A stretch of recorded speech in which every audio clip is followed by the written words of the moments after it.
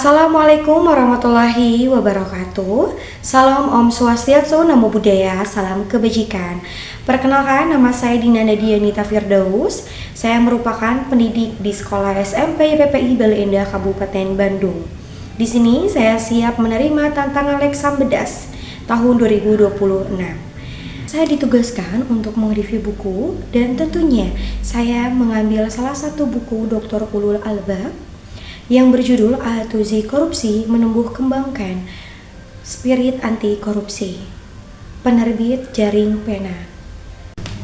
Saya menggunakan metode AI dalam mereview buku Dr. Ulul Albab, yang mana A itu adalah alasan saya memilih buku ini, dan I, isi apa yang ada di dalam buku ini, dan yang terakhir adalah H, hikmah apa yang bisa kita ambil dalam buku ini. Alasan saya memilih buku ini, Indonesia dipenuhi dengan kejutan, dari mulai pengkhianatan, ketidakjujuran, bahkan ketidakadilan hingga terjadi saat ini. Melalui buku ini sebagai bentuk refleksi mendalam atas keprihatinan di negara kita, dari mulai kasus korupsi di berbagai kementerian pemerintahan Indonesia. Fenomena ini seolah-olah mengakar menjadi sebuah budaya, di mana hukum yang dijatuhkan bagi seorang koruptor tidak begitu berefek jera bagi mereka. Dalam buku ini, saya akan membedah realita pahit di mana rapuhnya integritas negara kita. Sekaligus saya akan mencari perspektif baru untuk melawan ketidakjujuran, bahkan pengkhianatan yang merugikan bangsa kita. Dalam isinya, Dr. Ulul Albab menceritakan bahwa seorang koruptor bukan hanya sekedar pelanggaran hukum, melainkan sebuah penyakit mental yang merugikan tatanan bangsa. Dalam buku ini menceritakan berbagai jenis-jenis korupsi, faktor pemicunya, bahkan dari internal, yaitu dari dalam diri seorang koruptor sendiri, atau bahkan kelemahan birokrasi.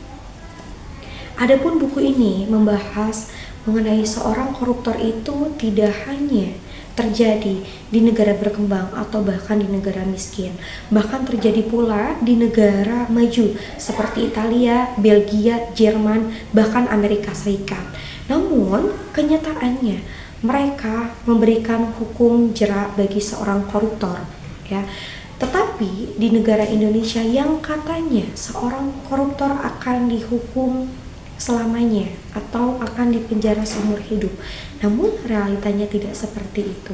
Fokus utama dalam buku ini penulis menumbuh kembangkan spirit, di mana penulis memberikan sebuah edukatif anti korupsi melalui penguatan moral, transparansi, akuntabilitas di berbagai kehidupan. Hikmah yang bisa kita ambil dalam buku ini untuk melawan korupsi dimulai dari integritas diri kita sendiri. Ilustrasi ini menggambarkan bahwasannya seorang perangkat tikus yang berisi uang ini menjadi pengingat untuk kita. Hal yang insan yang kita dapatkan dari ketidakjujuran itu menyebabkan umpan bagi kita yang dapat menghancurkan diri kita di masa depan. Buku ini sangat menginspirasi bahwa melalui edukatif dengan penanaman karakter sejak dini dapat memutuskan rantai budaya korupsi yang dapat menciptakan masyarakat yang adil, makmur, dan bermartabat.